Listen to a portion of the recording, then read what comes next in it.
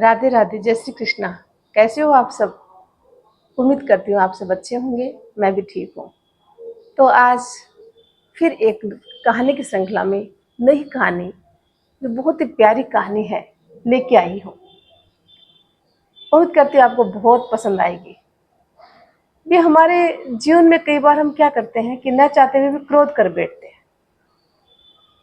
ऐसा सबके साथ होता है, कि आपके साथ भी, मेरे साथ भी होता है। कई ऐसी बातें होती है, उस पर हम इतना क्रोध करते हैं, इतना क्रोध करते हैं कि हम अव्यवस्थित हो जाते हैं। अपने आप को समझ ही नहीं पाते कि हमने ऐसा क्रोध क्यों किया। उससे नुकसान किसका है? नुकसान हमारा भी है और हमारे घर के वातावरण का भी है। तो ये बात बहुत गलत है। हमें समझना चाहिए कि हमें बिना बात के क्रोध नहीं करना चाहिए। थोड़ी सी अगर हम उस समय संयमता और समझदारी इस्तेमाल कर ले, अपने मन को जागरूक कर ले, केंद्रित कर ले, एकाग्रचित कर ले, तो शायद राय का पहाड़ नहीं बने। होना तो वही है, हर चीज का अंत तो प्रेम ही होता है। फिर क्यों हम अपनी मानसिकता को खराब करें? इसलिए हमेशा ध्यान रखें कि अपने आप पर कंट्रोल करना सीखें। ठीक है ना? तो ऐसे एक बार एक व्यक्ति महात्मा बुद्ध के पास जाता है और कहता है, महात्मा जी, मुझे बहुत क्रोध आता है। छोटी छोटी बात पर मैं राय का पहाड़ बना देता हूँ और अपने ही संतुलन को खो बैठता हूँ। मुझे समझ में नहीं आता मैं करूँ क्या। और फिर मेरी नसें फटने लगती है और मुझे किसी काम में फिर मेरा मन नहीं लगता, और नहीं मैं किसी पर प्रेम करता हूँ। सबके साथ ऐसे ही बोलता हूँ। मैं अपना आपा ऐसा खो देता हूँ कि फिर पूरा वातावरण कई दिनों तक टेंशन में रहता है और सदस्यों के साथ भी मैं ढंग से नहीं बोल पाता। ऐसा क्यों होता है? और मैं समझता हूँ कि मेरे को जो कहा गया है वो बात, हो सकता है मेरी गलती भी हो या अगले की कोई गलती हो, परंतु उस समय न चाहते हुए मैं क्रोध कर बैठता हूँ। मुझे लगता है कि अब कोई चारा नहीं है, तो मैं आपके पास आया और इसका मुझे निवारण चाहिए। महात्मा बुद्ध पहले तो मुस्कुराए, बोले, निश्चित रूप हर चीज का निवारण होता है, इसमें कोई दो राय नहीं है। तो महाराज आप बताइए मैं क्या करूं? तब महात्मा बुद्ध ने एक पानी का भरा कटोरा दिया, एकदम लबालब। और सामने एक बहुत बड़ी सभा हो रही थी, बहुत भीड़ थी। उस व्यक्ति को बोला कि आइए इस कटोरे को हाथ में लीजिए और उस भीड़ में से पूरा राउंड लगा के आओ। ध्यान रहे, एक बूंद भी पानी का नीचे नहीं गिरना चाहिए। उस व्यक्ति ने कहा, ठीक है महात्मा जी।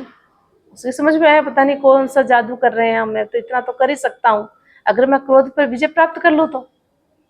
अब वो कटोरा हाथ में लिया और उस भीड़ में से होता हुआ, चिरता हुआ, पूरा चक्कर लगाकर महात्मा बुद्ध जी के पास आ जाता है। तो महात्मा बुद्ध जी कहते हैं कि ये पानी की बूंद तो नहीं गिरी तुम्हारे नीचे? बोले, नहीं महात्मा जी, कैसे गिरती? कि क्यों? कि जब मैं राउंड लगा रहा था, वहां चक्कर लगा रहा था उस भीड़ में, तो मेरा पूरा ध्यान केवल उस पानी की कटोरे पर ही केंद्रित था। मैंने न तो किसी को देखा, मेरे कौन क्या बोल रहा है मेरे को, मैंने कुछ नहीं सुना। बस मेरे को ये था कि महात्मा जी ने कहा है कि बूंद नीचे नहीं गिरनी चाहिए। बस उसी मग्न में, उसी जागरूकता में चक्कर लगाता हुआ आपके पास आ गया हूँ। पर महात्मा बुद्ध जी ने उस समय थोड़ा सा मुस्कुराए मुस्कुराए बोले, बस यही तो मैं तुम्हें सिखाना चाहता हूँ बच्चे। जब हम अपने जीवन में एकाग्र नहीं होते हैं, हमारा मन पर कंट्रोल नहीं होता है, हम अपने मन के प्रति जागरूक नहीं होते हैं, तो निश्चित रूप से इस प्रकार से हमारे जो क्रोध का कारण है वही है। इसलिए जब भी कोई कुछ कहे ना, उस समय आप अनसुना कर दो। बस ध्यान केवल आप अपने मन की एकाग्रता पर रखिए। आपको क्या, आपका लक्ष्य है, आपको क्या करना है। जो कुछ भी बोल रहा है बोलने दो ना, तुम्हें क्या फर्क पड़ रहा है। अगर तुम जागरूक होगे, अपने मन पर ध्यान केंद्रित कर लोगे, अंतर मन को जगा लोगे, तो तुम्हारे ऊपर किसी का कोई फर्क नहीं पड़ने वाला है। इसलिए जीवन में हमेशा याद रखो बच्चे, कि अपने जीवन में ध्यान करना शुरू कर दो। जब आप मेडिटेशन करोगे, ध्यान करोगे, शुरू शुरू में हमें यह लगेगा कि थोड़ा कठिन है, परंतु उसके बाद आपको ये बहुत ही सरल रास्ता होगा और उससे आप अपने ऊपर कंट्रोल कर पाओगे और आप नेगेटिविटी से नहीं गिरोगे। उस व्यक्ति को महात्मा बुद्ध की बात बहुत पसंद आई। तो हमारे जीवन भी ऐसे ही है। हमारे जीवन में कई बार हम क्या करते हैं, बहुत कुछ वीडियोस देखते हैं, कुछ करते हैं, ध्यान लगाने के लिए भी कहते हैं। तो हम क्या करते हैं कि क्या होता है, ऐसा कुछ नहीं होता है, हम अपने दैनिक दिनचर्या वैसे ही व्यतीत करते हैं जैसे हमेशा व्यतीत करते हैं। अरे भाई, ध्यान लगाने से हमारा ध्यान एकाग्र होता है, मन जागरूक होता है, हम अपने आप पर कंट्रोल कर पाते हैं, एक नई ऊर्जा का संचार होता है।